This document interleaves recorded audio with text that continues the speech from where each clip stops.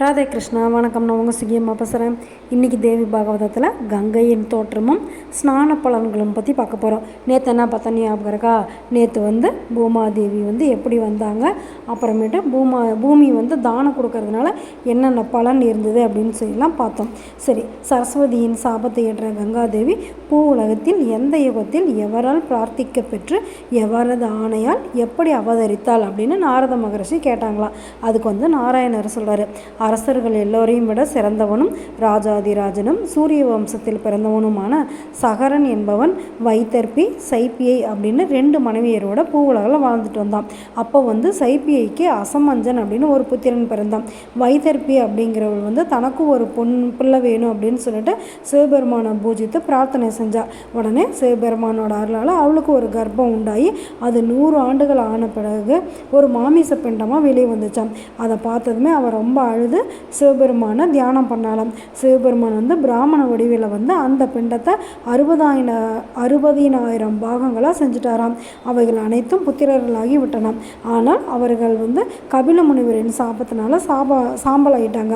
அதை கேட்டதுமே அசமஞ்சன் அழுது அடர்த்தியான ஒரு காட்டுக்கு போய் ஆகாச கங்கையை பூமிக்கு கொண்டு வம்சத்தை பரிசுத்தம் செய்வதற்காக 1,00,000 வருஷங்கள் அருந்தவம் செஞ்சானாம்.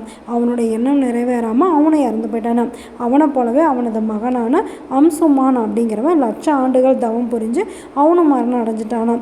அவனது புத்திரனாகிய பகீரதன் அப்படிங்கிறவன் 1,00,000 வருஷம் கடுந்தவம் புரிந்த கண்ணபிரானை தியானம் பண்ணி தன் வம்சத்தை கரையேற்றுவதற்கான வரத்தை பெற்றானாம். அதுக்கப்புறமேட்டு கிருஷ்ண பரமாத்மா கங்கையை பார்த்து, சுரேஸ்வரி, இப்போது நீ சரஸ்வதியின் சாபத்தின்படி பாரத நாட்டிற்கு விரைந்து சென்று சகரனுடைய புத்திரர்களை எல்லாம் உன்னுடைய பரிசுத்தமான காற்றினால் தூய்மைப்படுத்துவாயாக. அவர்கள் பிறவி முடிவில் செய்திருந்த பாவங்கள் எல்லாம் நீங்கி ஒழிந்து என் இடசாரகர்களாய் ஒரு துயரமும் இல்லாமல் என் அருகில் வாழ்வார்களாக. நீயும் பூலோகத்தில் மகிமையுள்ளவள் என பெருமையாக பூஜிக்கப்படுவாய் அப்படின்னு சொன்னாராம். அதுக்கப்புறமேட்டு கங்கையோட பெருமையெல்லாம் விவரமாக சொல்கிறாரு. பல கோடி பிறவிகளில் மனிதர்கள் செய்த பாவங்கள் எல்லாம் உனது நதிக்கரை காற்றின் தீண்டலிலே நீங்கிவிடும். உன்னை தரிசிப்பதை காட்டிலும் உனது ஸ்பரிசம் 10 மடங்கு புண்ணிய பலனை வழங்கும். உன்னுடைய நீரில் சாதாரண நாளில் மௌசல ஸ்நானம் செய்தாலே பிரம்மஹத்தி முதலிய முற்பிறவி பாவங்களும் அறிந்து செய்த பாவங்களும் நீங்கி அழிந்துவிடும் அப்படின்னு வேதமே சொல்லுது. அப்படி இருக்கும்போது உன்னுடைய நதி ஜலத்தில் புண்ணிய தினத்தில் ஸ்நானம் செய்வதால் கிடைக்கும் பயனை வேதங்களாலும் தேவர்களாலும் சொல்ல முடியாது. ஆகையால் அவை தம்மால் முடிந்த அளவு கூறியுள்ளேன் அப்படின்னு சொல்லிட்டு கங்கையை சாமானிய தினத்தில் சங்கல்பம் செய்து உன் நதி நீரில் ஸ்நானம் செய்வதால் உண்டாகும் புண்ணியம் மௌசல ஸ்நான பலனை விட 10 மடங்கு அதிகமாகும். சூரிய சந்திர கிரகண காலங்களிலும் அமாவாசையிலும் செய்யும் சங்கல்ப ஸ்நான பயன் சாதாரண நாட்களில் செய்யும் சங்கல்ப ஸ்நான பலனை விட மேலானதாகும். தக்ஷணாயன ஸ்நான பயன் 2 மடங்கு அதிக பலன் தரும். அதைவிட 10 மடங்கு அதிகம் உத்தராயண புண்ணிய காலத்தில் செய்யும் ஸ்நானமாகும். சாதுர்மாசிய பௌர்ணமியிலும் செய்யும் ஸ்நான பலனை அளவிட்டு கூற முடியாது. நிச்சயமாம் உத்தராயண காலத்திற்கு செய்யும் ஸ்நான புண்ணியத்திற்கு சமம் அப்படின்னு சொல்லி வேதத்தில் சொல்லியிருக்கு.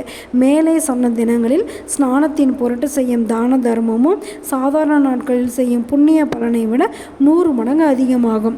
மன்வந்திராதிகளினாலும் மாசி மாதத்து சுக்லபட்ச சப்தமியிலும் பீஷ்டாஷ்டமியிலும் அசோகாஷ்டமியிலும் நவமியிலும் நந்தாதிகளிலும் ஸ்நானம் செய்தால் மேலே சொன்ன பயனுக்கு 2 மடங்கு அதிகமாகும்.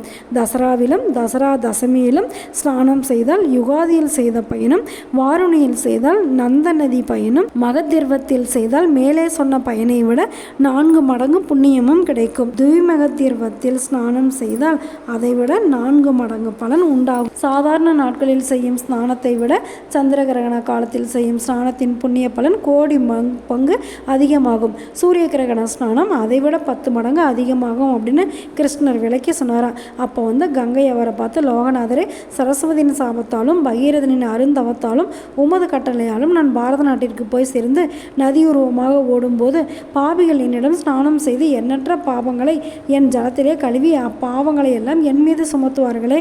அவையெல்லாம் எந்த வழியால் ஒழியுமோ அந்த உபாயத்தையும் பாரத நாட்டில் நான் எத்தனை காலம் கங்கை நதியாக இருந்து எப்போது பரமபதத்திற்கு மீண்டும் சேர்வேனோ அதையும் என் விருப்பங்களுக்குரிய வழிமுறைகளையும் எனக்கு கூற வேண்டும் அப்படின்னு சொல்லி வேண்டனாங்களாம். அதுக்கு விஷ்ணு சொன்னாரா, கங்கையே, உனது நோக்கங்களை நான் அறிவேன்.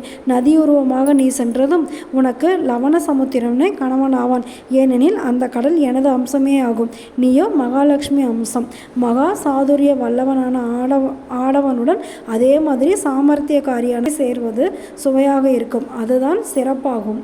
தேவகங்கையே, நீ சரஸ்வதியின் சாபத்தினால் இன்று முதல் கலியுகத்தில் 5000 ஆண்டுகள் பாரத தேசத்தில் கங்கை நதியாக இருப்பாய். நாட்டு மக்கள் எல்லாம் உன்னை தோத்தரித்து பூஜிப்பார்கள். கண்ணுவசாகையால் கூறிய விதிப்படி எவனொருவன் உன்னை பூஜிக்கிறானோ அவன் அஸ்வமேத யாகம் செய்வதால் கிடைக்கக்கூடிய புண்ணிய பலனை அடைவான்.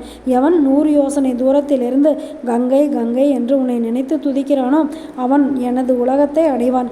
1000 பாவிகள் உன்னுடைய நதி ஜலத்தில் ஸ்நானம் செய்வதால் உனக்கு சுமத்தப்படும் பாவங்கள் பிரகிருதி தேவியின் பக்தர்களின் ஸ்பரிசத்தாலும் 1000 பாவிகளின் ஸ்பரிச பாவங்கள் பிரகிருதி தேவியின் மந்திரத்தை உச்சரிப்பவன் செய்யும் புண்ணிய ஸ்நானத்தாலும் உன்னை விட்டு நீங்கி போகும்.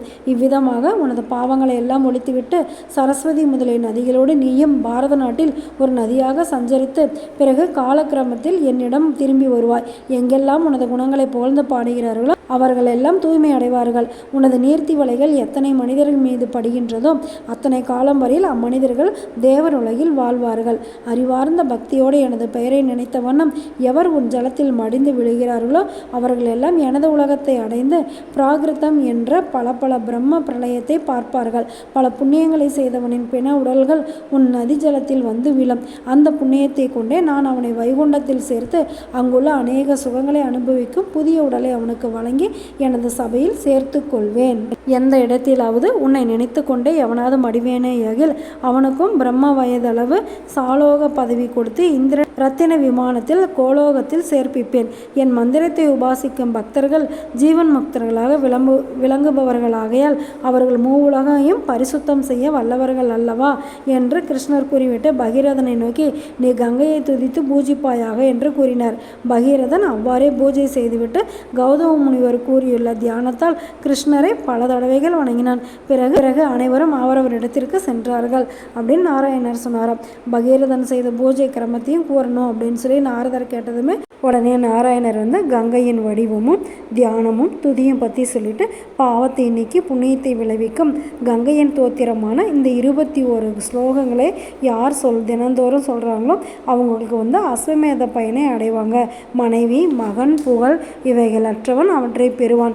நோயாளி குணமடைவான். கட்டுப்பட்டவன் விடுதலை அடைவான். மூர்க்கனும் முழு மூடனும் அறிஞனாவான். கெட்ட கனவுகள் நன்மையாக முடியும். இந்த தோத்திரத்தினால் பகீரதன் ஆகாச கங்கையை பூமிக்கு கொண்டு சகரனின் பிள்ளைகள் இருந்த இடத்திற்கு அழைத்து சென்றான். கங்கையின் காற்று பட்டதுமே சகரபுத்திரர்கள் பரமபதத்தை அடைந்தார்கள். பகீரதனால் பூமிக்கு கொண்டு வரப்பட்டதால் பாகிரதி அப்படின்னு கங்கைக்கு ஒரு பேர் உண்டானுச்சு. இவ்விதமாக புண்ணியத்தையும் மோட்சத்தையும் தருகின்ற கங்கையின் வரலாற்றை கூறினேன். இதுக்கு மேலே உனக்கு என்ன கேட்க விருப்பமாக இருக்கு நீ கேளு அப்படின்னாங்களாம். நாரத மகரிஷி அவரை பார்த்து கேட்டாராம். உலகையை தூய்மைப்படுத்தும் கங்கை எந்த காரணத்தினால திரிபதிகை அப்படின்னு பேர் வாங்கினாங்க அப்படின்னு சொல்லி கேட்டாராம். அதை பற்றி நாராயணர் நாளைக்கு சொல்ல போகிறாரு. நாமளும் கேட்க போகிறோம். Okay bye. ராதே கிருஷ்ணா.